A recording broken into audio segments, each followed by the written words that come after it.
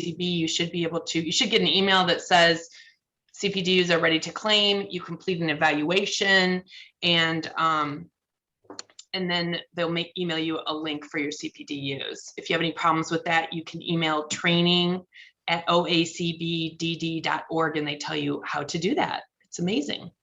Or you can email me and I forward it to training@oacbdd.org. So,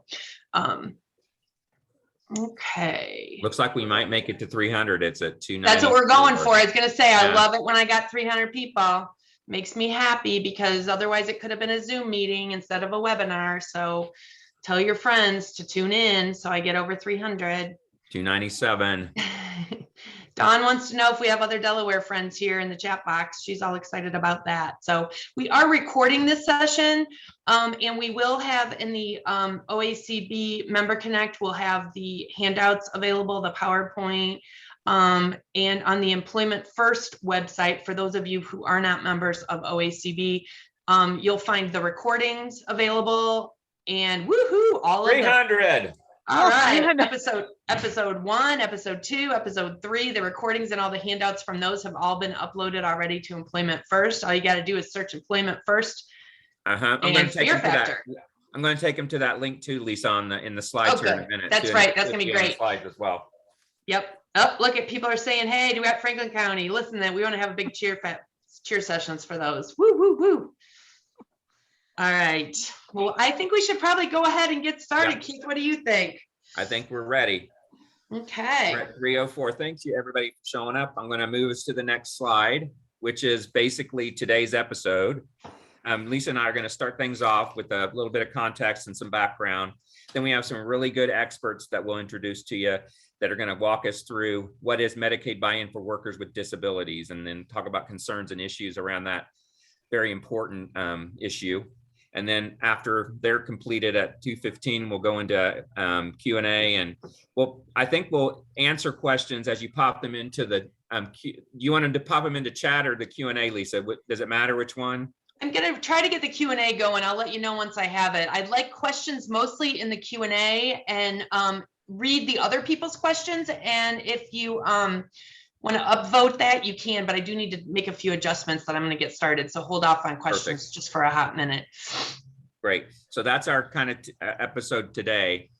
I'm on the poll number 1. We just wanted to get a check-in of who's on and on the actual webinar. So here we go.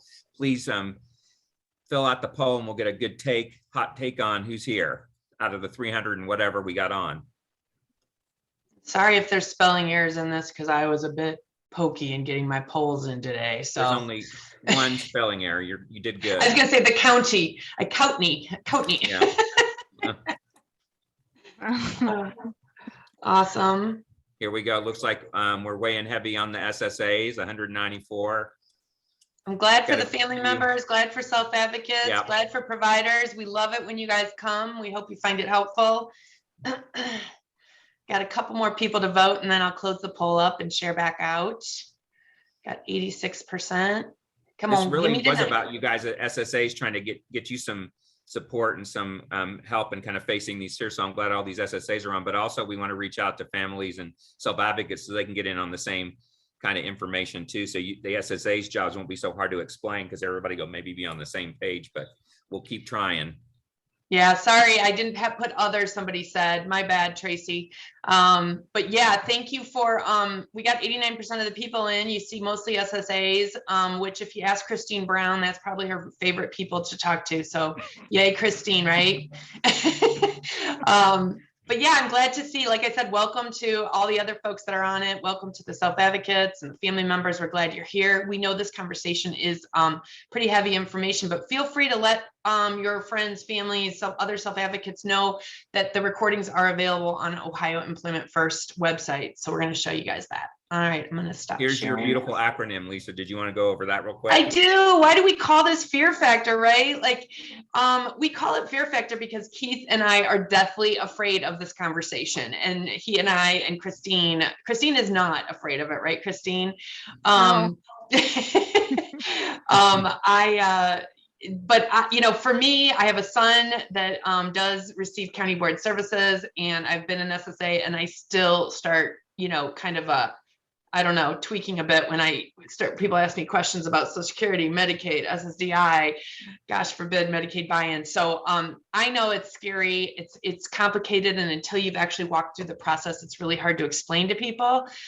So we kind of said it's scary, and people are worried about it, and it's important. The more important things are, the more scary they are if you don't understand it. So Keith and I kind of were brainstorming about the fear factor and how fun that would be to talk about it. And then we realized what a great acronym it could possibly be, that if we have the facts and we take time to kind of like evaluate it and take the action that is needed and work our way through that, you get the results and you learn, right? And the more you do that, the less fear there really is. So kind of the way to combat is kind of getting the understanding, looking at how that's going to affect the individual situation that your loved one, you yourself, your client, your, anybody, whoever that is, think about, is this appropriate for them? What kind of questions should I ask? And then taking that action. And that's what will get you through the results. And you'll all of a sudden be a little teeny bit less scared, right? So fantastic. And basically, that's basically what Lisa just said on this slide. We want to make sure we provide access to experts and resources to you guys, because all those fears can stack up to the point where you can't really see the road forward. So I think these episodes we're doing are just kind of helping everybody that's involved in this situation, who want to help people get jobs and make money and have really good lives. How do you figure that out with some experts on board to kind of walk you through the biggest fears, and then kind of you're able to kind of work your way through some of the smaller ones. So again, thanks for showing up. So far, we've had 3 episodes.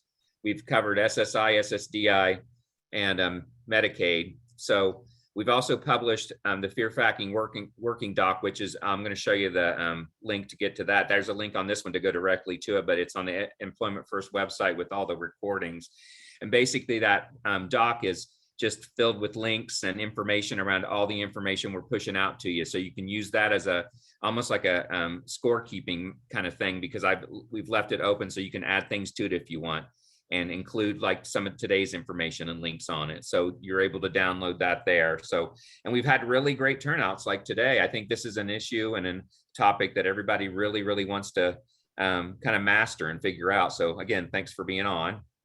So we went through all those fears.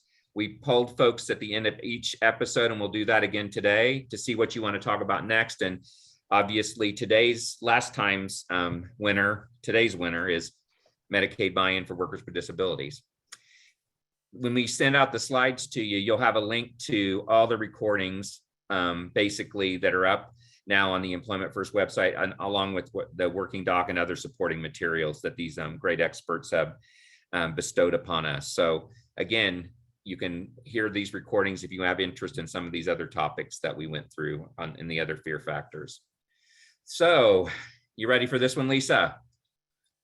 This is our poll number 2. What are your biggest fears about Medicaid buy-in for workers with disabilities? Okay, hold on. Let's see what we got. All right, I think I launched it. All right, so we got, what are your biggest fears? Not knowing how to tell people what it is. I think I only let you vote 1 on this one. Sorry, guys. It's going to make it, you have to really think hard on it. Not knowing how to tell people what it is, not understanding the rules and regulations, the time that it takes to spend helping people through it, because there are so many obstacles, not because you don't care about people. Obviously, we all do that. And how is that Medicaid buy-in going to affect a person's waiver? That's obviously some concerns. And I'm sure you have other ones. These are just some ideas. I think the top 2 were the ones I thought were going to be the top 2 are not knowing the rules and regs, and then also not knowing how to tell people, communicate what it is. So it looks like that's what we're going to land on. I think you're probably right. We're gonna try to get a couple more people's votes, and then I will share back out what everybody is a little fearful of. But I think Keith, you're onto something. So all right, there we go. We're gonna share those results out. So you're not alone. That's probably the biggest lesson why we do these polls. We want you to know that this isn't just a one-person thing, right? We've got a lot of people not knowing how to explain, how to tell people what Medicaid buy-in is. Then we've got people not understanding the rules and regulations. And then certainly there still is, like, it is very timely. This process is timely. In fact, I won't oust any of our amazing presenters today, but some of them absolutely hate talking about this topic too. Because it's a little bit hard, right? So, you know, you're in good company when you're scared about that stuff. And then of course that we do have some how Medicaid buy-in affects persons waiver is a concern too. So all righty. So speaking of who's on with us today, these are our guest stars. Elizabeth from Butler County, Tanya from Child's Creations, Dorinda from the I forget which county you're with. Oh, Fairfield County. Sorry, Dorinda. Jeannie from OOD, Latasha from Warren County, and then Christine from the Nisonger Center. So you can all read their last names. I'm first name basis with them now because we've been asking them to do so many of these trainings that I feel like I know them. So thanks you guys again for bringing all this content to people and working it through and just being great experts. So what I'm going to do next is I'm going to share the PowerPoint we're going to go with you guys from. And I'm going to put up you guys ready? All right, here we go. Just so everybody notices, I did put the PowerPoints in the chat box and I am getting, hopefully the Q&A will work. I just put it so everybody can ask questions and you can upvote. All right. I think, Elizabeth, are you starting? Christine is going to talk to us a little bit about the history first. Okay, great. I forgot about that. Sorry, Christine. It's okay. So what is Medicaid buy-in? Medicaid buy-in for workers with disabilities was this Medicaid program providing health care coverage to workers with disabilities. And historically, people with disabilities were often discouraged from working because their earnings made them ineligible for Medicaid coverage. MBIWD was created to enable Ohioans with disabilities to work and keep their health care coverage. And on June 30th, 2007, House Bill 119 was signed into Ohio law, creating the Medicaid buy-in for workers with disabilities program, and enrollment began April 1st, 2008. I can say to all of you, we've had a lot of people in, and am I supposed to read this one or is this someone else? I got you, Christine. Thank you so much for that information. That's very powerful.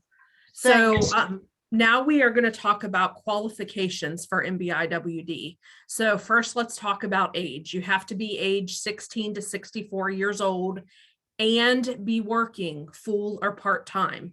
You have to, of course, be a U.S. citizen or meet non-citizen requirements, be disabled as per the Social Security Administration. And if you get SSDI currently or SSI, you will be eligible. If you don't, here's the caveat, you have to apply for Ohio's Division of Disability Determination, and they will check to see if your disability qualifies. Check with your local JFS office. They're going to require additional documentation, and we have in here that it will be no more than 18 months prior to your application date.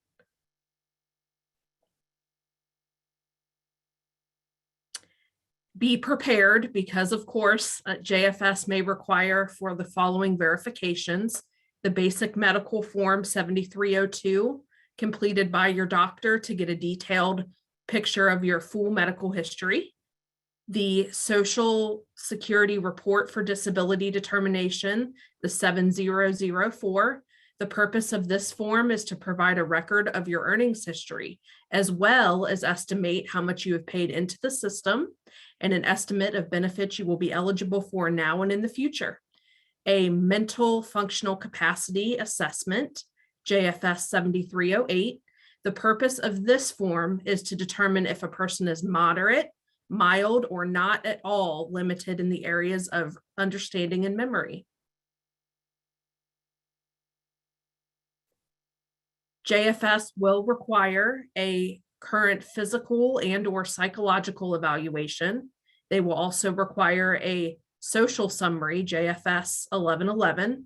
The applicant must have a disability that meets Social Security's definition of disabilities. For adults, it says you have a disability if you have a severe physical or mental impairment, or a combination of impairments. And if you want to do your research, we've provided you the link in here. Your condition had to have lasted or is expected to last at least 12 months. If you click the link here, it will give you a listing of all the Blue Book adult listings.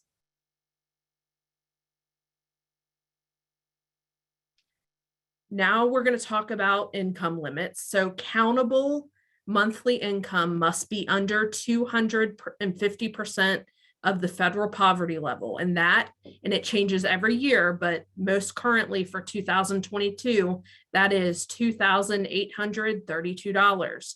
If your countable income is over 150% of the federal poverty level, which is $1,699 gross per month, you will have a premium. However, at this time, and I want to emphasize this, JFS is not collecting these premiums. And how do you apply? You're going to go to your local JFS office. If you don't know who that is, we've got a link there for you. You can go online to benefits.ohio.gov, or you can apply by phone. Now, Jeannie is going to step in here for just a moment, and she's going to talk about the MBIWD disregard calculations and provide a real life example that hopefully will help clarify. Okay, yeah, great. So yeah, it's really important, I think, when you just look at those numbers, you remember though that it says countable income. There's a lot of income that can be disregarded or not counted when JFS and Medicaid's making this decision about eligibility for MBIWD. So this is just a list of some of the things that are not counted towards the individual's income. So some of these are not going to be as common as others, but the earned income tax credits, child tax credits don't count. What is defined as infrequent or irregular income for someone, it's not counted. The earned income of children who are students, it's not counted. This one is used though a lot. Any portion of $20 that is not discounted from someone's unearned income can be applied to earned income. So basically $20 off the top is not going to count. So the next slide, $65 of earned income does not count. Anything that meets the definition of an impairment related work expense can be discounted from the earnings, the countable income. And then 1/2 of what remains after all those other disregards won't count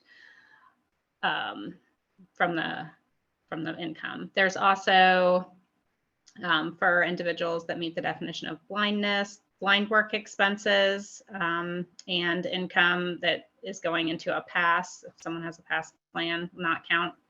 And then if after all that, the person's income is still above the 250%, which we said is $2,832 a month right now, you can take an additional $20,000 for the year off the income. So just like to put this into like a real example, I recently talked to someone who had a lot of concerns about they need to keep their Medicaid because they have a waiver and they need the services that are provided through the waiver. They're very important to them and necessary to maintain their health. But this individual was looking at potential jobs that the salary could be around $100,000 a year. And he was concerned, like, making sure he would qualify for Medicaid Buy-In, because that would be a way to continue to get to keep his waiver eligibility. So when you go through the calculation, like I did with him, if you just take a really simple, if you just say $100,000 a year earned income, they don't count the first 85, essentially the 20 and the 65, which is not, not a big deal, but then they count they automatically take half off what they're counting. So even if we just kind of make it simple and skip the 85, $100,000, you're already down to $50,000 countable.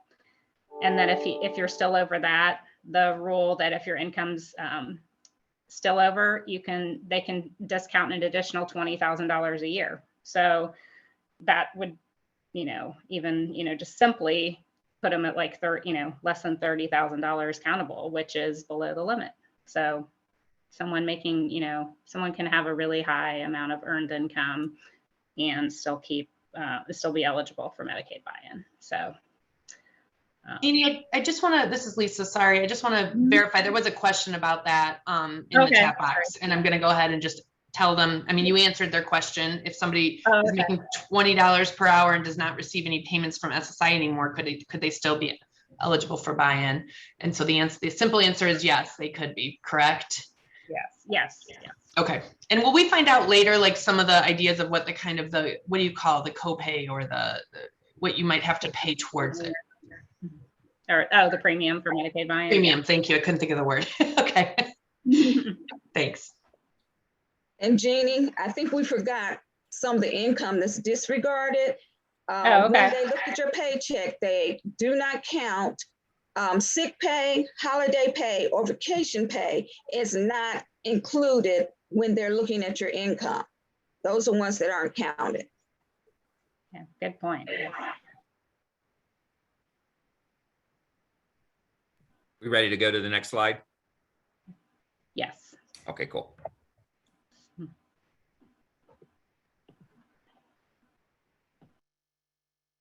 Okay, now I'm going to jump back in and I'm going to speak on resources. All countable resources cannot exceed, and these numbers are fresh for this year, $13,233. Of course, it changes annually. What counts as a resource? We get this question quite a bit. And any savings, checking accounts, cash on hand, credit union, real estate in which one doesn't reside, stocks, bonds, IRAs, 401ks. And this is a big one here, from past employers that you can cash out. So as you'll see in the next one, they should not be counting any 401ks from your current employer. And we see that mistake a lot. So term life insurance policies and the past plan, the plan to achieve self-support, does not count. Also, you can have one car and the home you live in does not count. Next slide, please. Stable account, you guys have heard this a time or two, but it's a great place to deposit your cash resources. As long as your disability began before the age of 26, the money you put in a stable account will not be counted as a resource. If you open a stable account, you can put, and these numbers also change each year, $16,000 from any one source and up to $12,880 from your earned income annually. And for more information, we put the link here to stable account so you can make an informed choice about that. And that is all for resources. So I'll hand it over to Latasha. All right, let's talk about how premiums are calculated. Premiums are determined through a set of calculations based on household income, family size, and certain standard deductions such as medical expenses, impairment-related work expenses. The premium is calculated by using the following steps. First, 150% of the federal poverty level is subtracted. Then any impairment-related work or medical expenses are deducted. The remaining is then multiplied by 10%. If there are any health insurance premiums, the premium amount is then deducted prior to them determining the Medicaid buy-in premium. If there is no health insurance premiums, then that amount after you do the 10% will determine the monthly Medicaid buy-in premium. Next page, please. So here's an example for someone, for an individual. In 2022, an individual eligible for the Medicaid buy-in program with income greater than the federal poverty level, which is $16.99 per month or $20,385 annually, will be required to pay a monthly premium. Income includes earned and unearned income. Unearned income, for example, is Social Security benefits. Next slide, please. So here's an example of someone that is on the Medicaid buy-in for workers with disabilities, and they have an impairment-related work expense. So this is how Job and Family Services will determine their Medicaid buy-in premiums. They'll look at the gross income, which is $2,000. They'll then subtract 150% of the poverty level, which is $1,699. That brings it down to $301. And then they'll subtract the $55, which is related to their work expense, and they'll bring it to $246. And then they'll multiply that by 10%, bringing it down to $24 roughly for a Medicaid buy-in premium. The federal poverty level, as Elizabeth mentioned, it changes each year. So the calculation above represent the guidelines for this year. To obtain the figures for household income sizes, use the update and for updated annual figures each year, you can visit this link below, and it'll provide you with a list of the different, the poverty level for the household size. Next slide, please. Here's a great resource, Disability 101. A lot of people refer to it as DB 101. It's a website with tools and information on employment, healthcare coverage, and benefits. The website can help you and people you work with better understand work and benefit rules. You can visit the planning link below to utilize the DB 101 Medicaid buy-in for workers with disabilities Medicaid estimator to determine an individual estimated MBIWD premium. Please keep in mind this tool is an estimator only. Job and Family Services determines eligibility and premium amounts. I would now turn it back over to Jeannie for additional information regarding the MBIWD and the difference that it makes. Thanks. Okay. Yeah. So where you're really going to see how this can help people, I wanted to give a few examples, different situations that someone may be in, and how Medicaid buy-in can make a difference in their income, or like the money they get to keep each month. So I just said we have someone, M, it's 40 years old, has an individual options waiver, receives $1,000 in SSDI benefits each month. She gets offered a job where her earnings will be $1,000 a month. So just I tried to keep it simple. 1,000. She has $2,000 of income now. If she did not have Medicaid buy-in, so if she doesn't request and to be enrolled in Medicaid buy-in when she starts working, she's going to have a monthly patient liability.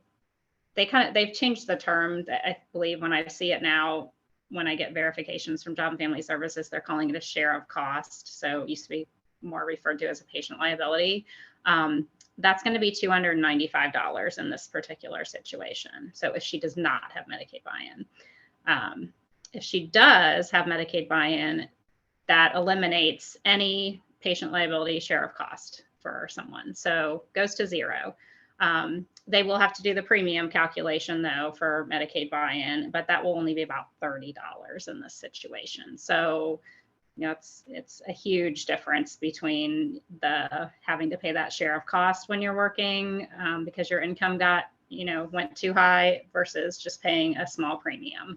And they're not collecting premiums right now. So as of right now, it would be actually no cost to be in Medicaid buy-in. In addition, I mentioned too, resource limit goes up. Regular Medicaid, $2,000 resource limit. By being in Medicaid buy-in for workers with disabilities, that's going to go up to the $13,233 this year of resource eligibility. So I have a second person just to show another situation. We have T, who's 25, has a self-waiver and receives $1,400 in childhood disability benefits each month. He is offered a job where he's going to be earning $1,200 per month. So giving him total income of $2,600 per month. So if he does not have Medicaid buy-in, he actually is going over the special income level for waiver, Medicaid waiver eligibility, which is $2,523 this year.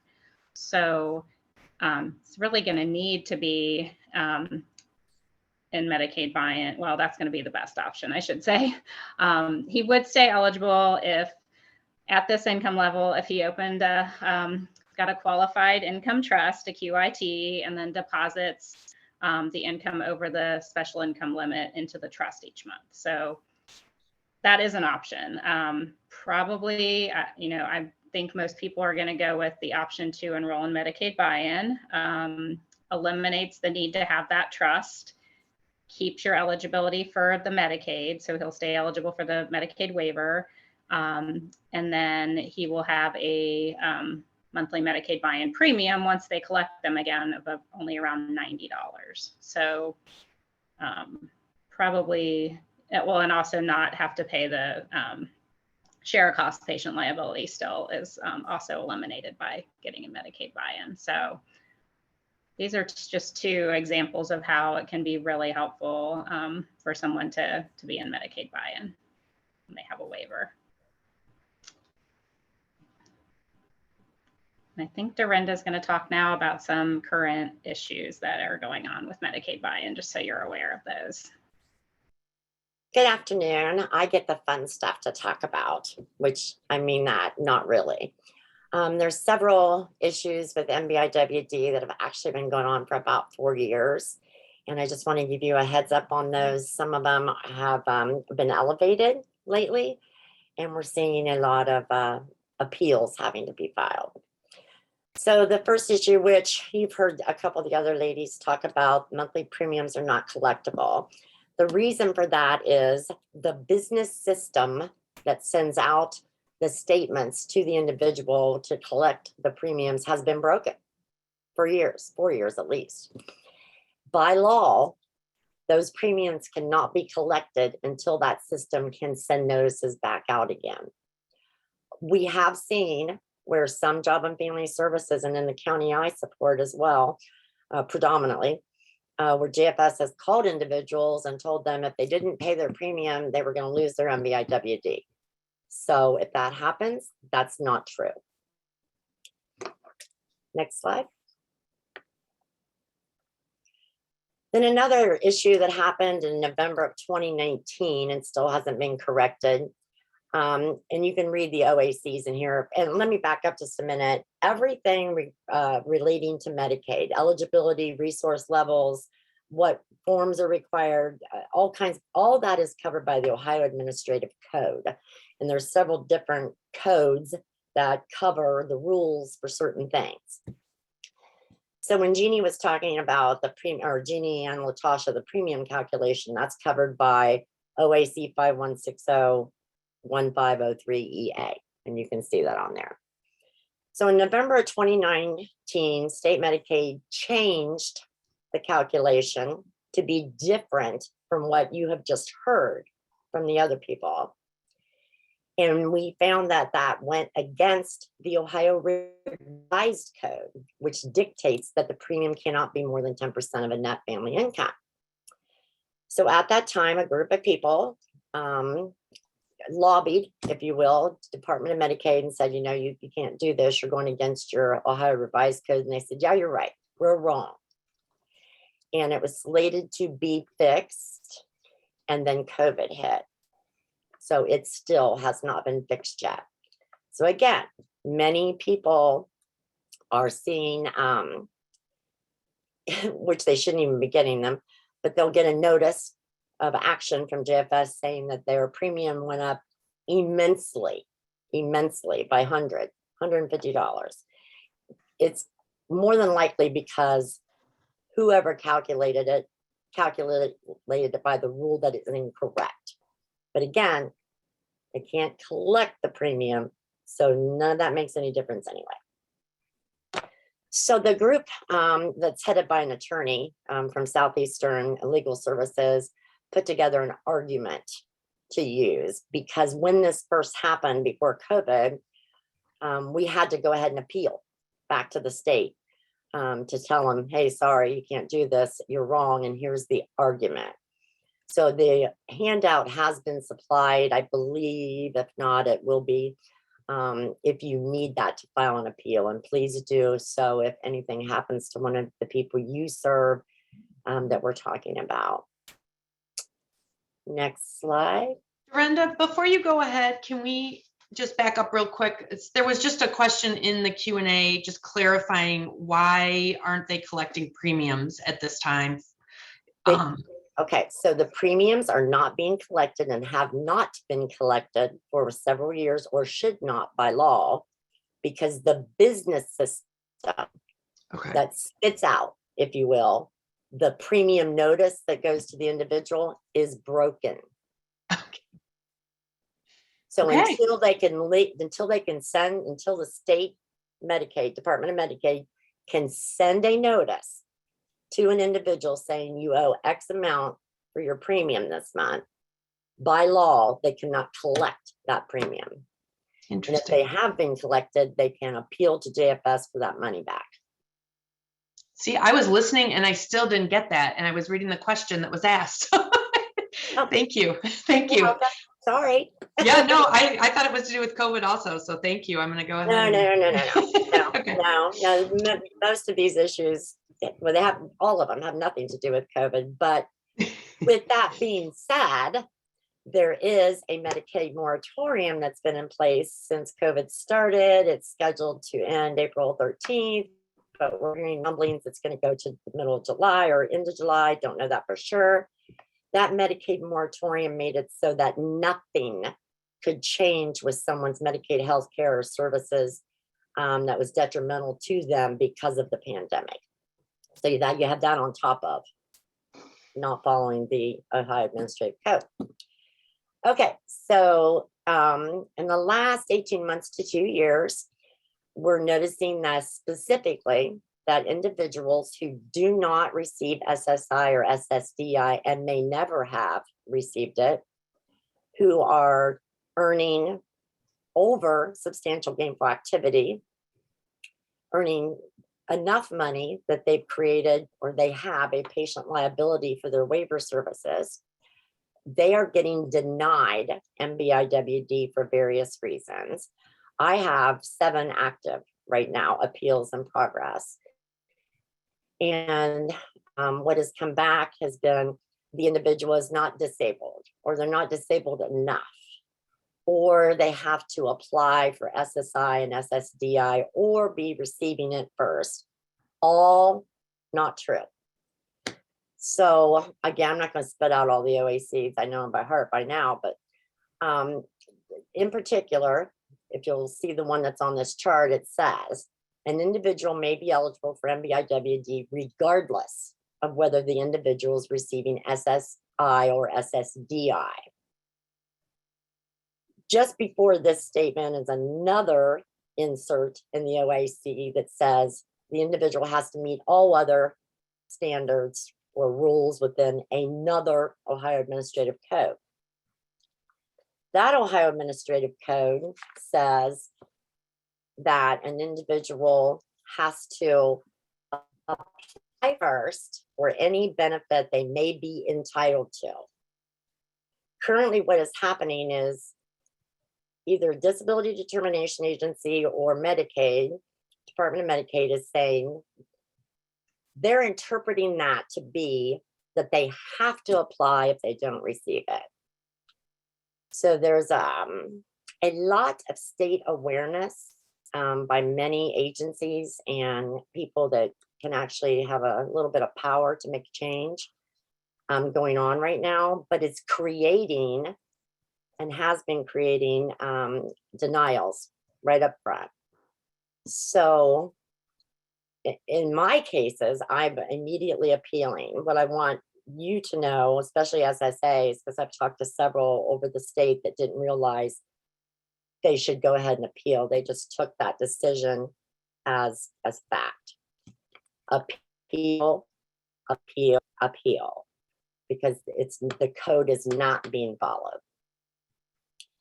If a person would, if a person is told by JFS to go apply for SSI or SSDI and they're earning over substantial gainful activity, it's a total waste of time for the person helping them, and Social Security. Okay, next slide. So I wanted to maybe simplify a little bit, because when you say you're going to appeal something to the state board, that kind of gets scary. And it's really not that difficult to do. Denials that we've been seeing are what I said so far, are not disabled, which, in our world, not disabled enough doesn't factor in. You're either disabled or you're not. We're not the VA. Requested documentation, countable income over the maximum threshold, which they're calculating that incorrectly as well. Again, definitely appeal if the individual meets the Social Security definition of having a disability, which Beth talked about earlier. You may need to refer to the eligibility criteria when what's called the Blue Book. And there's listings for all types of disabilities for adults and for childhood. So it's a matter of, I'll just give you a quick example. So one of the first ones that I've had denied, that's been denied 5 times, said the individual was not disabled. So what I did was I took a recent psychological evaluation because it was an intellectual disability. I matched that evaluation with the criteria in 12.5 of the Blue Book, and he clearly meant the definition of being disabled. So you got to kind of somewhat be a big research person, I guess. Next slide. So the individual, when they receive the denial, and I think families and individuals get kind of confused. I don't know about you, but these notice of actions or letters from Social Security, they get tons and tons of them, and they're not that easy to read. So to help people, they receive a notice of action from Job and Family Services. Page 2 typically states the reason for the denial and what is being denied. Is it Medicaid health services? Is it a waiver? Is it food stamps? What? All notice of actions have a state hearing request form at the end of the letter. If filling it out by mail, fully complete, mail the address listed on the notice of action, or to make it even easier, you can file electronically. And in the next chart, we'll show you that. You'll receive a email confirmation stating that it's been filed electronically, and then it's followed up by a phone call to schedule a hearing. Next slide. So I copied and pasted this on this slide so that you could see this is on every notice of action. If you want to appeal anything to the Department of Medicaid, this is how you do it. Next slide.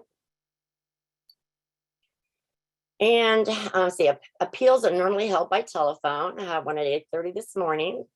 The state hearing officer will send a notice to the individual and the person who is authorized to represent them.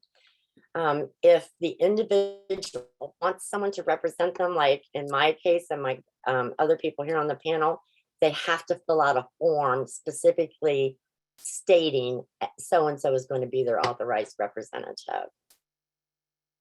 The individual also has to, and this is not stated anywhere on the form, has to write a brief memo that says, yes, I, John Doe, will let Dorinda Gear be my authorized rep for the appeal case number X. And that has to go along with the state hearing form request. And you can send that with the paper copy, or you can email it to the address below. Next slide. Key takeaways. I know that's an awful lot of information.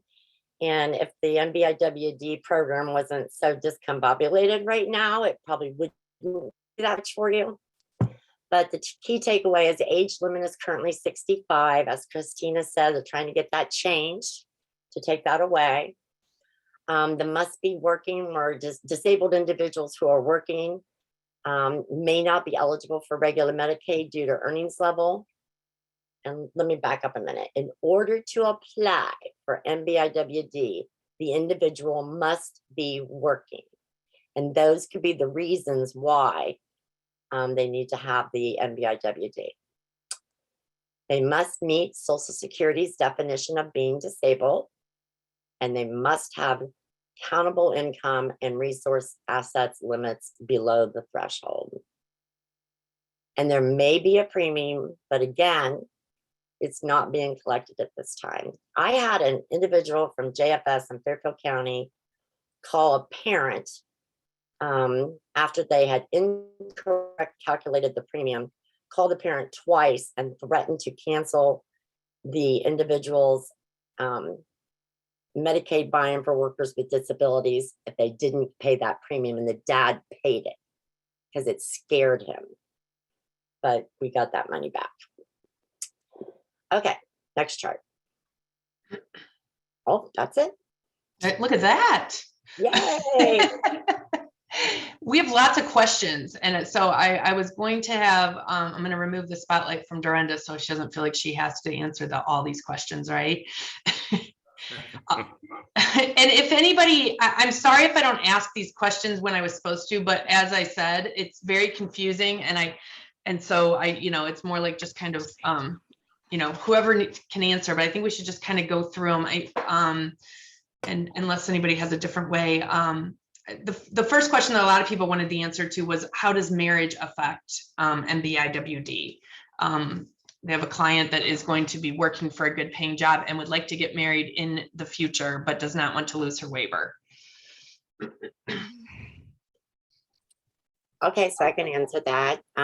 Eligibility for MBIWD is based on the individual, but the premium calculation is based on the family countable income.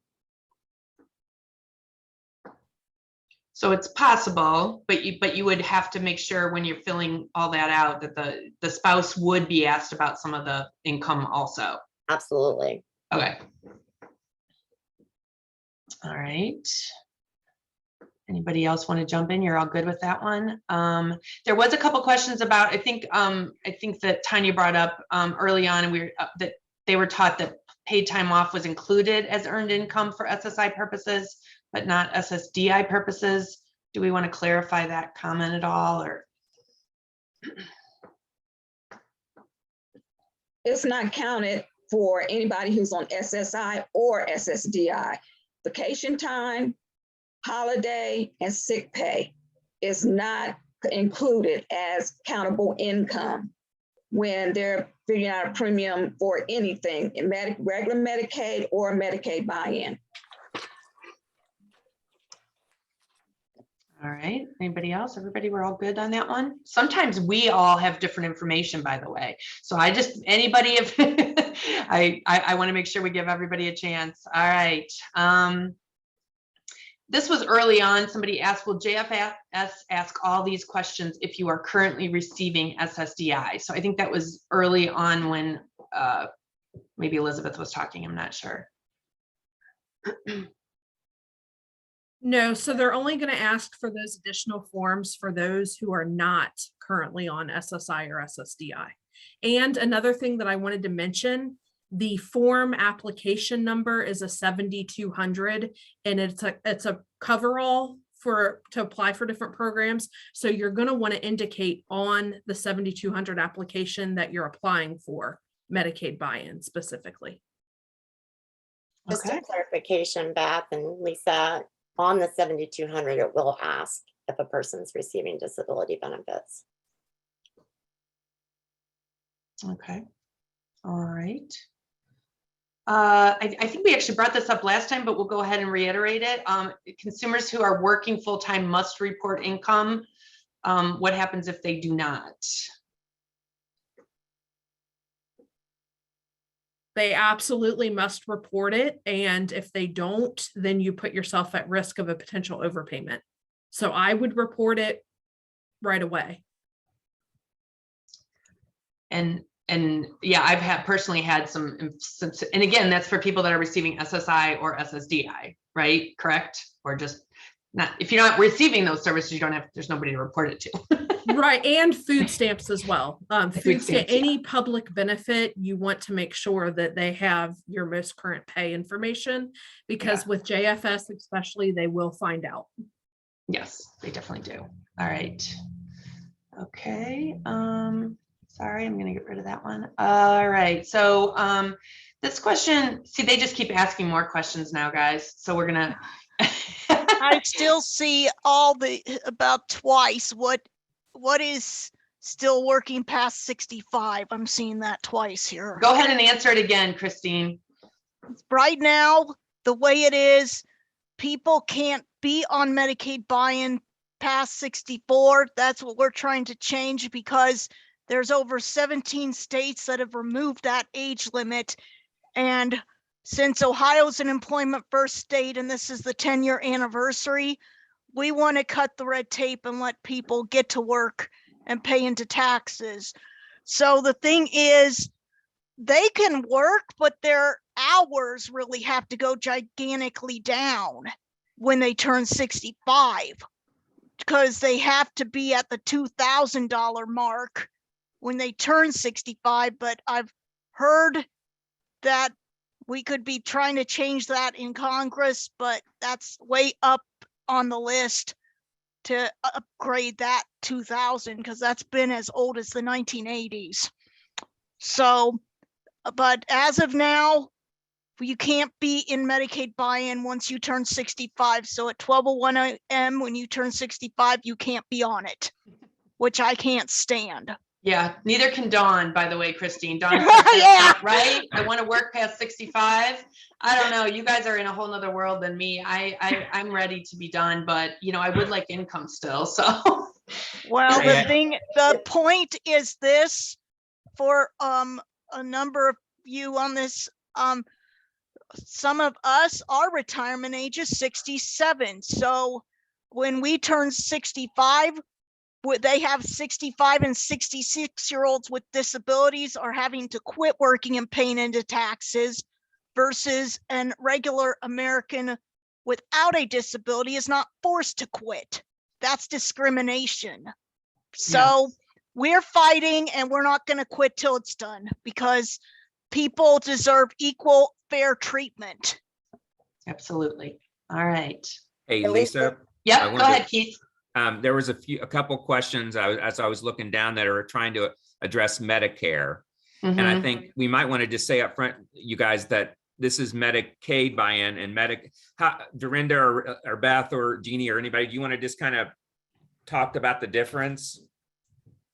Well, I can. Medicare buy-in, which they don't even really, some people don't even use that term anymore. That is when a person is eligible for a Medicare savings program. It has nothing to do with Medicaid buy-in workers for disabilities.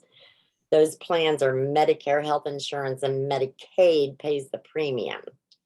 So that question, and I saw it, if a person is eligible for a Medicare savings plan and they're getting the Part B premium deducted from their SSDI check, they need to go to JFS and ask them to recalculate their eligibility. Thank you. Yeah, I was glazing over when I was reading those. I was going to come to it, but thanks, Keith, for Yeah, sure. I thought we just knocked that one out just to get that one in. Yeah. Yeah. I was going to add, if someone has a waiver, they should automatically be eligible, to have their Medicare Part B premium paid by the state. It shouldn't be deducted from their SSDI or CDB check. So yeah, they have a waiver, it should be, and there's occasionally mistakes with that. So yeah, just contact Job and Family Services. And I think also one of the questions related to Medicare said something about if, sorry, I'm not seeing it now, but I put it in answer. Sorry. Yeah, if someone is not eligible anymore for their SSDI because they are making too much money, Medicaid buy-in is a great, that's a great option to to still have health insurance, and if they lose their once they lose their Medicare, even though it takes a long time to lose the Medicare because they let you have it for many years after you stop getting your SSDI. Awesome. Thanks, Jeannie. All right. So there was a question from Andrea about if a client isn't eligible for a waiver service. I don't think it matters. I think it was when you were writing your example up, but it was a self-waiver service anymore due to their high income. Would they receive a letter? I'm assuming that Andrea is asking, like, will you receive a letter from JFS or I guess I'm not quite sure, Andrea, what you mean by that question. I don't know, Jeannie, if you know, or if anybody else on the thing would, I mean, if you're not eligible for a waiver service, you would get notified, I would. Yeah, I mean, legally they have to let you know when they're stopping a Medicaid for you. But right now, if that happened right now, has happened since the pandemic started, since we've been in the public health emergency, they have to keep you on it. They can't take you off of it right now. So until that public health emergency is declared over. Awesome. Okay.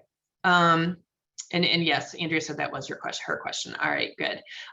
Okay, so we'll get rid of that one. So then this next one, we do have a couple, I think there's a couple, I think we could use a little refresher about, there's one that talks about, premium, when it comes to the premium patient liability, is that with regard to any patient liability or just if a person is part of MBIWD? And then we also have one in the chat box that's asking, can you explain the situation of a person not receiving SSI or SSDI waiver services and incurring patient liability? So I did think on that slide, if we could go back over that a little bit, that there's difference between premium and patient liability.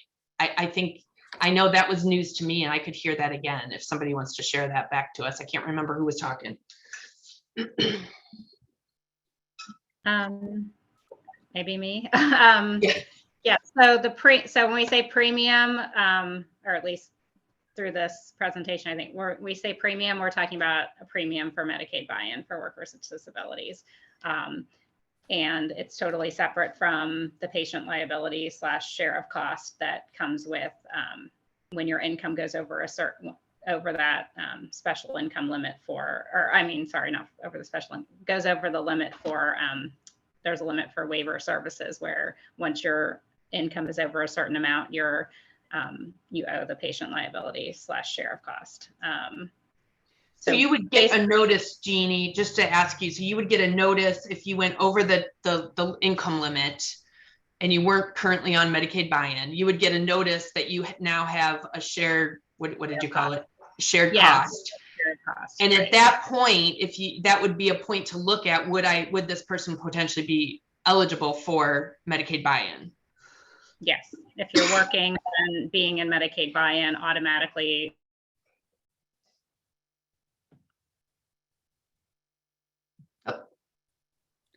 She froze. Did I freeze? It looks like Jeannie froze. Jeannie's frozen. Oh, there she's back. You froze, Jeannie. Okay. Sorry. Yeah, I don't know where I froze, but if there's no let me try to backtrack. So if you have a share of cost, so say your income gets high enough because you added work or for what, and it goes over the amount where you owe a certain amount as a share of cost each month. If you enroll in Medicaid buy-in, that just automatically eliminates the share of cost. Like there can be no share of cost assigned to you if you're in Medicaid buy-in. Okay. Can I add to that there real quick? Yes. That's where we're seeing issues though, is MBIWD being denied when people are trying to enroll because they need to alleviate the patient liability. And that's where we got to do the good fight, right, Dorinda? And find other people to help us give the good fight. Right. Right. And it shouldn't, correct me if I'm wrong, but it shouldn't require a brand new application before they do the pre-termination review at the JFS level. They have to explore all categories of Medicaid in which someone would be eligible for, rather than just denying it and telling you need to reapply. And I think that's another issue that we're seeing. Okay. All right. What about when we were talking earlier about being married and Medicaid buy-in? Somebody commented, what about if two individuals just are living together and they're both on the program? Do they look at the household income of both of those individuals or no? This is my favorite question, so I can answer this one. Yeah, go Tanya. This is my favorite one. The issue is that yes, they can. But this is what I have always told my clients for the past 16 years I've been doing this. If you are living together, you need to be roommates, because if you're roommates and you are paying a fair share of everything that is in the household, then they can't count it. You're an individual, that person's individual. But if you present yourself as a couple, like don't even have to be married, but just as a couple, yes, they will include both incomes. So my big thing has always been to tell my clients, you're roommates. And that way, it's both of you are individuals. Don't share private information, right? You could become roommates at any moment, Tanya. That's true. That's always been, this is why this has always been my favorite topic. I stress roommates 100%. Oh, that's great. I love that. Oh, there you go. Kim said, thanks. They were roommates and brothers. All right. Okay. Somebody wanted us to talk a little bit more about the 20,000 disregard work. Is it $20,000 per year? If someone uses all the 20,000, does a new 20,000 start the next year? All that kind of stuff. Maybe she might need to ask that question better. Okay, Dorinda actually muted herself, so she's not going to answer it. That means it's for whoever. I mean, it's just 20,000 each year. And I guess I've never really thought about whether I assume it's calendar year. If anyone else knows, you can jump in, but It's calendar year. It's calendar year. Every time they redo your calculation for your premium each year, they use the 20,000 again. So it's each year. I was going to say the same thing. It would be at the determination, your annual redetermination. Can I say something? I see this, Don is asking, do you have to be on a waiver to get Medicaid buy-in? No. You don't need to be on a waiver to be eligible for it, right? Correct. I think I think that goes to a question that I might have moved by accident, that so anybody could potentially, as long as they meet the criteria on those key takeaways, could potentially meet Medicaid buy-in, but it might be harder if you're not receiving SSI or SSDI. That's from what I heard, right? Correct. Okay. Let's see. Lisa, can I add something? Absolutely. So for individuals, I just want to point this out, for individuals that are currently on the Medicaid buy-in for workers with disabilities and they're about to approach age 65, they should really look at evaluating their resources and income before they reach age 65, because they could be in a situation where they may lose eligibility for Medicaid. So I know the stable account is a good option to consider if they are over the resource limit. Once they reach 65, if they're going to be over the resource limit to maintain, the traditional Medicaid, they may want to look at the stable account as an option for savings. That's a great plug, Latasha. Maybe we would really like to talk more about stable accounts and a few other things in the future. That's what we're going to try to sneak in. We would love to do the next Fear Factor episode around stable accounts, but hey, it's going to be up to you guys because we're a democracy. So there you go. A democracy that keeps the results to ourselves. Again, we just had one more question about clarifying, because we did talk about roommates versus married. And again, if you are legally married, then you're not roommates. You don't get to say that. That's yeah. You have signed a legal document that says you're staying together. So no, you're not roommates. Okay, that's what I thought. Just wanted to make sure. Good clarification. Thank you for asking, Joan. Yeah, absolutely, Joan, because I know how you feel. I think some of us, might feel like that sometimes. Even when you are married, you end up being roommates, right? It comes and goes. Whatever's legal, though. I digress, Keith. I know. I wanted to ask real quick before we scoot of you guys, like, if they do get a determination and they do need to appeal, it's like Dorinda was saying, it's all within the letter to the steps to take. Is there any resource they could go to for, beyond JFS to get some kind of clarification or support through that process, like legal aid or anything like that? What are you guys' thoughts on that kind of thing? Absolutely. Legal aid or disability rights, or someone who is a benefits consultant should be able to give them some support. Well, Yeah. what we can do maybe is I'll put in the slide deck that we send out with the afterwards, maybe some of those contacts. I think they might be listed on our working doc, but I'll put that in the slide deck so we have some possible starting points for like legal aid and, like you said, disability rights, Dorinda. And if you think of anything else, just send me an email, you guys, and I can kind of include it in the resources section if that's cool with you guys. Yeah. And It's on the back of that. It's on the back page. I'm sorry. It's on the back page of that game board. Oh, good. Oh my gosh, thank you. Hey, That's I'll show awesome. that game board real quick. You want me to? I think. Yeah, I've while you're pulling that up, Keith, I guess I do want to kind of like put my 2 cents in about takeaways at this point too. And I'm sure that Christine would have some takeaways that she would love to share. But I guess for me, one of the key takeaways about Medicaid buy-in when we're talking to SSAs, which we saw is like, over 80% of the folks on this call, is that we don't tell people, there's no way an SSA needs to ever tell somebody that they shouldn't work more or they need to be careful about how much they work. Because they might lose their waiver or lose Medicaid. That's not for us to decide. Our thing is to help champion people to figure out ways to work and maintain the benefits that they need to do. And granted, we can't possibly, and I say we as an SSA, might not be able to be the person that can really help them figure all that out, but we can certainly help them find the people that could help them with that. So whether it's a benefits analysis person or DRO or any of the things that we've talked about, it's just really important that SSAs are there to champion keeping benefits and keeping employment and prioritizing making money and things like that.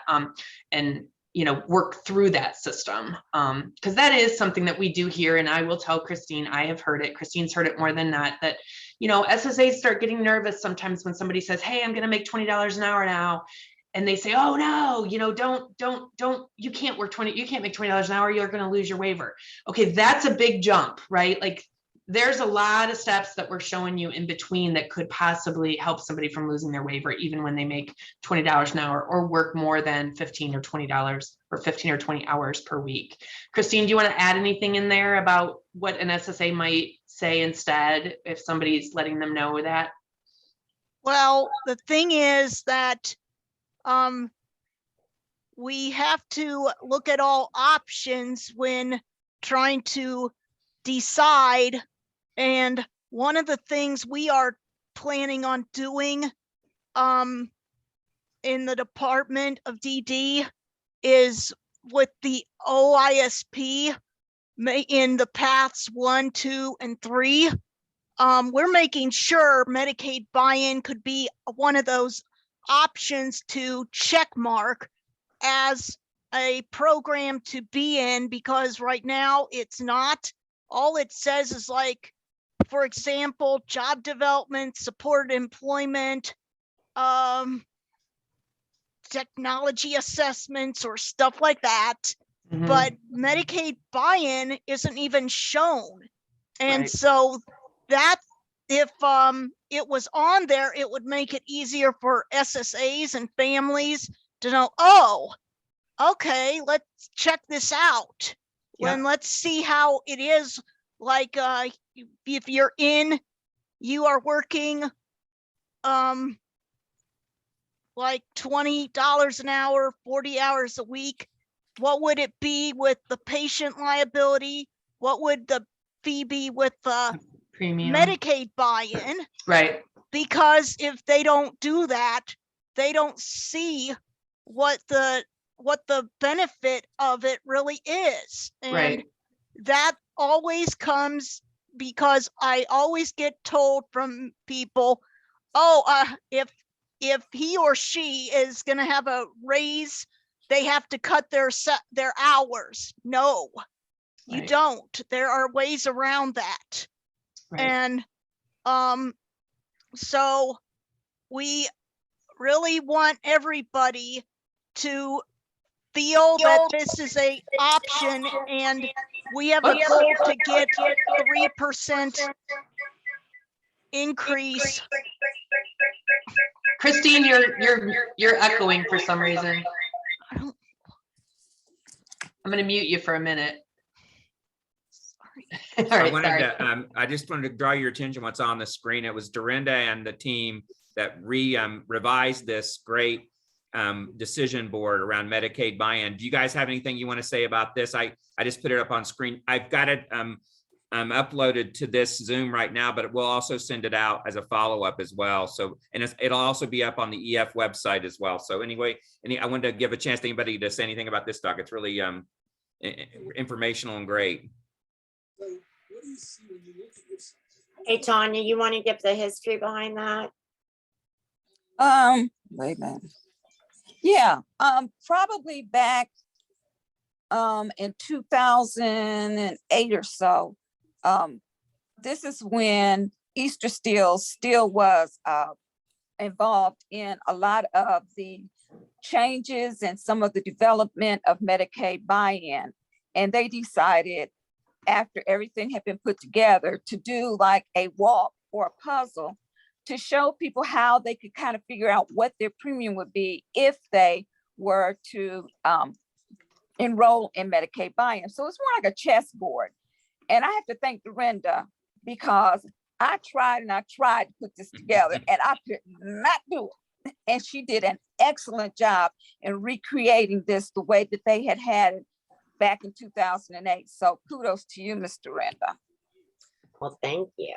And if I'm making anybody seasick by going slowly through it, just tell me to stop. But I think it's a beautiful document just to kind of catch your eye and kind of help you kind of take some of the information that was kind of flying through the air today. And it's a lot of stuff. This kind of gives it a concrete place to land, so you can go to it and look at it at your leisure and use it. And then, like we were talking about, here I go with the seasick stuff. Sorry, you guys. At the bottom is the contacts that Dorinda was talking about with disability rights and other resources to kind of connect with, to kind of help with figuring out appeals, etc. So thank you guys for doing that, Doc. I think it's really helpful. Okay. Yeah, Dorinda. I think, right? Yeah, we do have a couple more questions before we round out the session. So again, when the business system is fixed, as far as the premiums go, will individuals have to pay the premiums back, is the question. No. Dorinda is saying no. All right. And let's see. Do you recommend providing as much upfront as possible with the application when we suspect that our applicant is going to fall into one of these kind of issues, as a way to try to avoid the need for an appeal? Has that worked in your experience? I like it. You guys are good at nodding. Latasha's nodding, Dorinda's nodding, Jean's laughing. So when Beth first talked about what you need to apply, you know, the 7,200 and all those other forms, what I found out in the 7 that I'm handling right now is they came back and said, no, not disabled. We request a full medical and or psych eval within the last 18 months. That's what they mean by recent, the last 18 months. So you went ahead and did it, sent it back in, blah, blah, blah. Well, when I got to like the 3rd level appeal of an appeal for another person, the state hearing officer said she felt we should just go ahead and send it the full medical and psych evals with the application, which is fine, but that's not what the OAC requires. It says after a denial, and not these words verbatim, that it may be required. But for the last 2 that I've done, I've had them go ahead and do the full psych eval just to get it, just to send it in. Yeah. Problem is during COVID and even now, you know, medical and psychological providers were not seeing people in person. So it's very hard to get those things. Yeah. Awesome. All right. We've got one more, one clarification question. Recall being told that when a person is eligible for things like Medicaid buy-in, that they are automatically enrolled by JFS, but today it sounds like they have to apply. yeah, there was a few things that we talked about that were automatics, but then there's other things that you need to request, I believe, and I'm looking at you, Dorinda, because you're not muted, sorry. Okay, so here, when Beth was talking about, and correct me if I'm wrong, Beth, so say you have a person who's enrolled in just regular Medicaid health. They don't have a waiver, anything else. And they get a denial saying they're over the income and they're going to stop their Medicaid. Legally, they can't do that. It's JFS's responsibility per the Ohio Administrative Code to look at every other program that they may be eligible for before they stop their benefit. That is correct. Yes. Okay. Waivers are not stopped by JFS. Waivers are managed by DD. So go ahead. The JFS department determines all eligibility. So the case that you would have to reapply is if you didn't have Medicaid established previously. Correct. But before it can be closed, they have to explore all programs. Right. The reason that,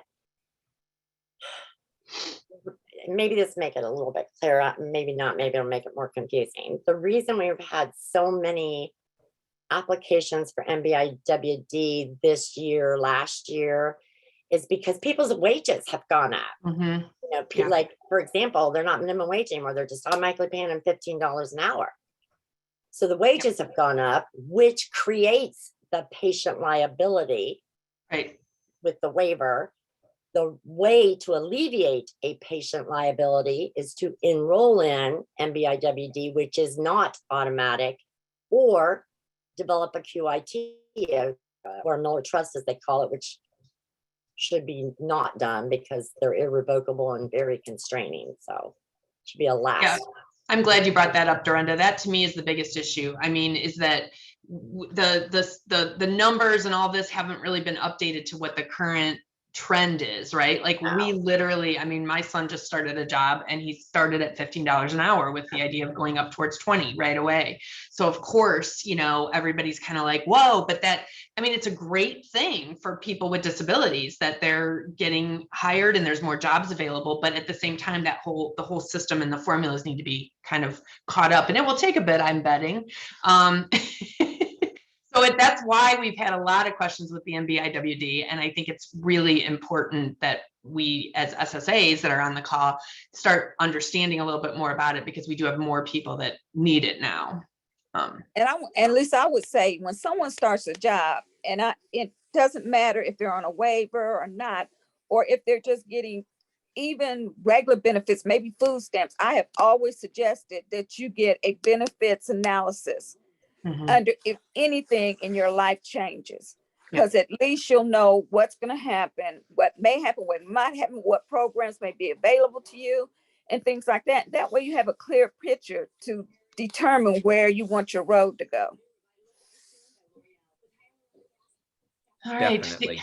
The only other questions that have to do with this whole 65 thing, both in the chat box, there's one about what do you suggest for an individual who now has a patient liability because they're over the age of enrollment with Medicaid buy-in. And then we have the one about, well, maybe they're not the same. If an individual is eligible for okay. First, do we have any recommendations for that group that's 65 in the meantime until Christine gets the rule changed, which many of us are trying to help her?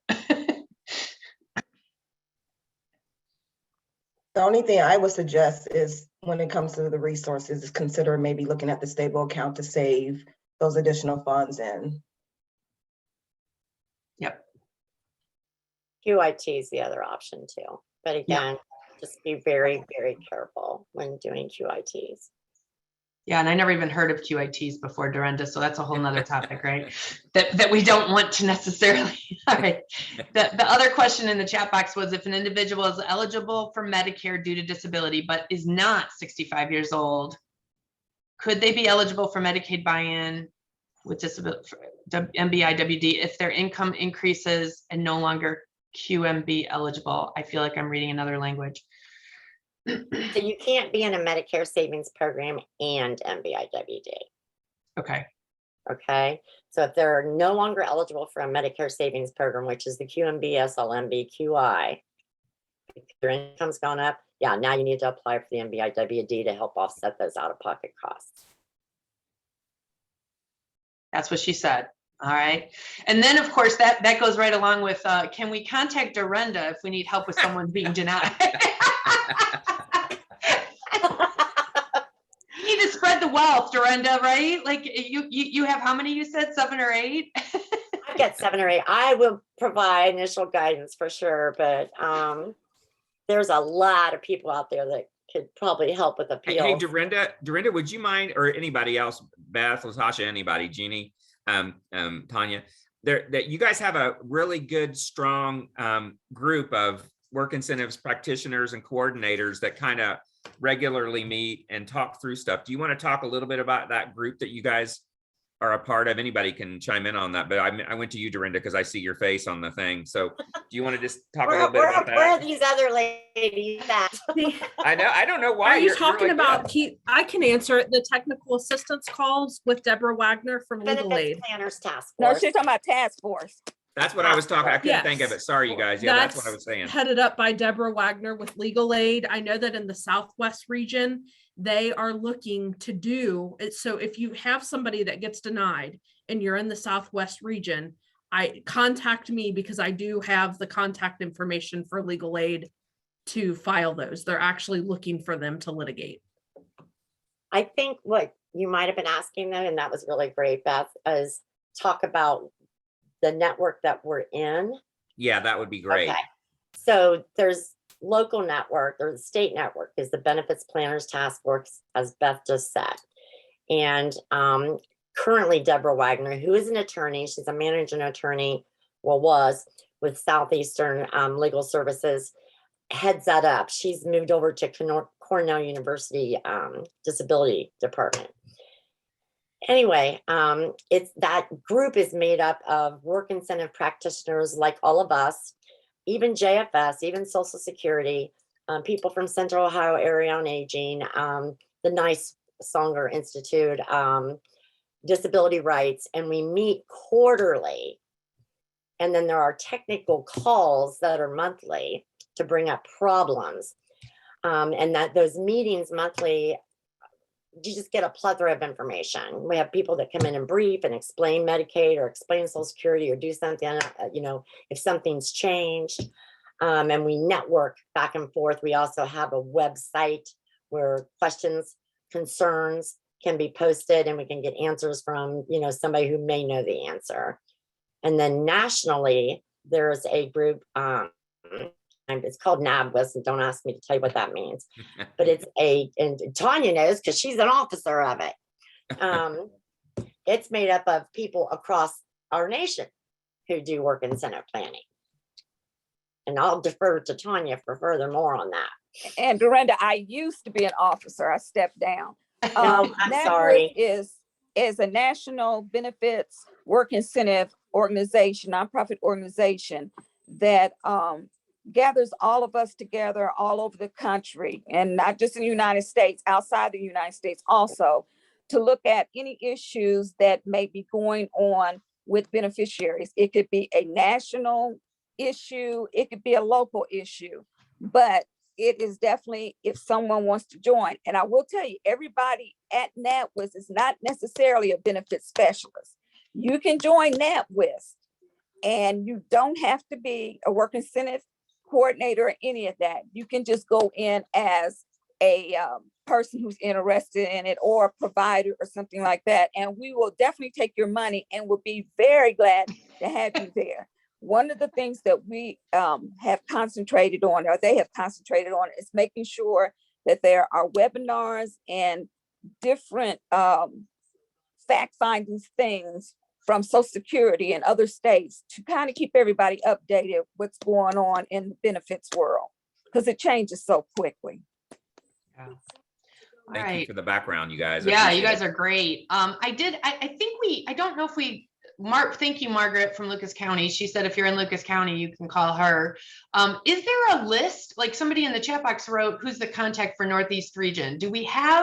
Is there someplace that people can go to look for benefits analysis people. That's not the right benefit. You know what I mean?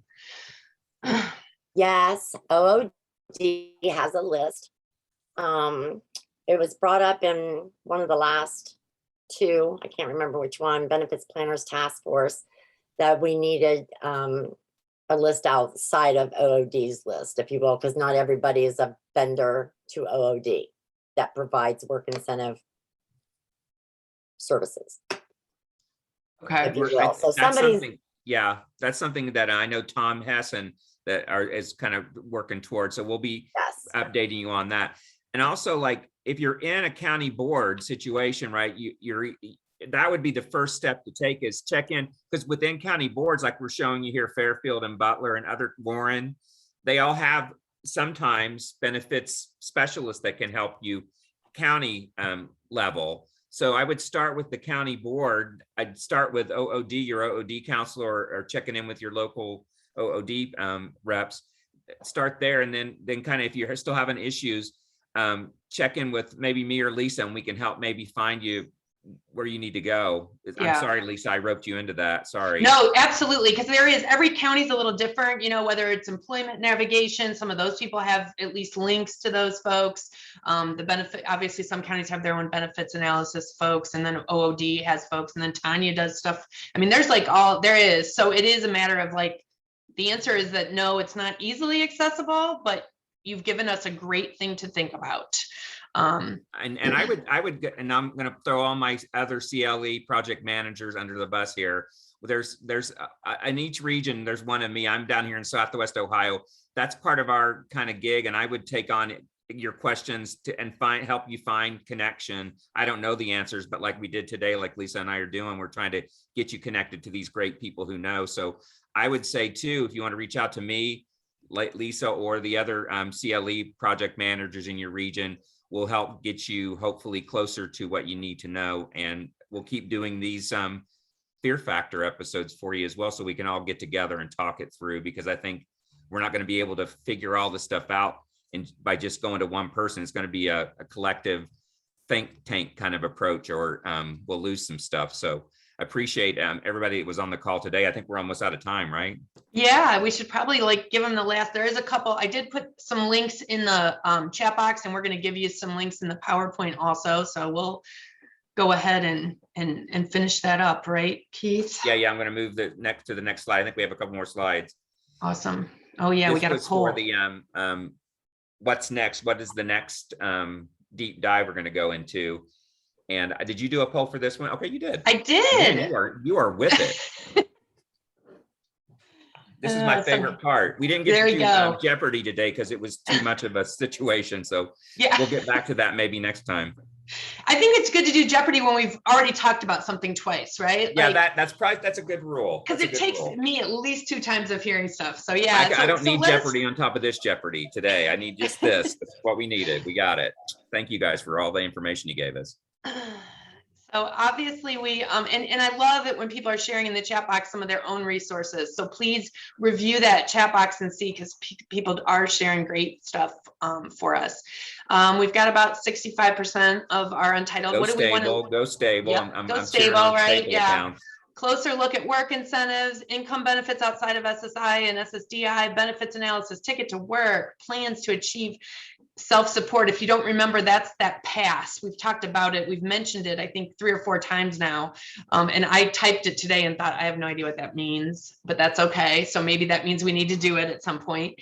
But no, I love that you guys are voting. I'm going to go ahead and end the poll and share out that it looks like I'm going to do it right now, because our one that we already have speakers for, yes, is a stable account. I can even share it with you guys. There you go. So fantastic. You can count on stable account, and benefit analysis and education might be in our near future. Yes, for sure. So I guess that we're almost at the end, right? Yeah, lots of interest in all of it. Yeah. I'll stop sharing that. All right, so we answered a ton of questions. Keith, do you have that one slide that we shared where they can find stuff? I feel like you might have skipped over that slide. Let me look. Oh, wait, I'll go back. That one? There it is. Yeah, I don't, did we share that one? I don't know. Yeah, I was going to send the slide deck to you as a PDF. Do you send out to folks on? Okay, good. I'll send that to you, and you guys will have Well, access to that link here. Wait a minute, I don't send it out. That's what I wanted to clarify Okay. with everybody. I haven't been sending it out because we post all of this stuff in Member Connect at OACB, and it's also on the Employment First website eventually. If you are dying for it, please just send me an email. If I get too many, I'll stop, I don't know. Or yeah, you can send me one too, and I'll get you to it. So Yeah, yeah. and I might, sometimes I can send it, but I miss people when I just go through the Zoom Yeah, like you said, I'm going to registration. put this all up on the EF website here within a couple of weeks. So, but if you have a burning need to get to the recordings and all this stuff, just send me an email and I'll get it to you, or Lisa an email. Yeah, the main way I do it is through, and it'll be on Member Connect within this week as far as the recording and that, and then it'll be on Employment First website as soon as we can all get it there. But you can also just go to the EF website at ohioemploymentfirst.org, and there it's on the rotatinator. Yeah, they made it pretty, didn't they? Click on that and it'll take you there. Yeah. So. All right. Awesome. Well, I'm going to go ahead and we're going to stop the recording so that I don't have to edit it. And then I am going to stop recording. Stop.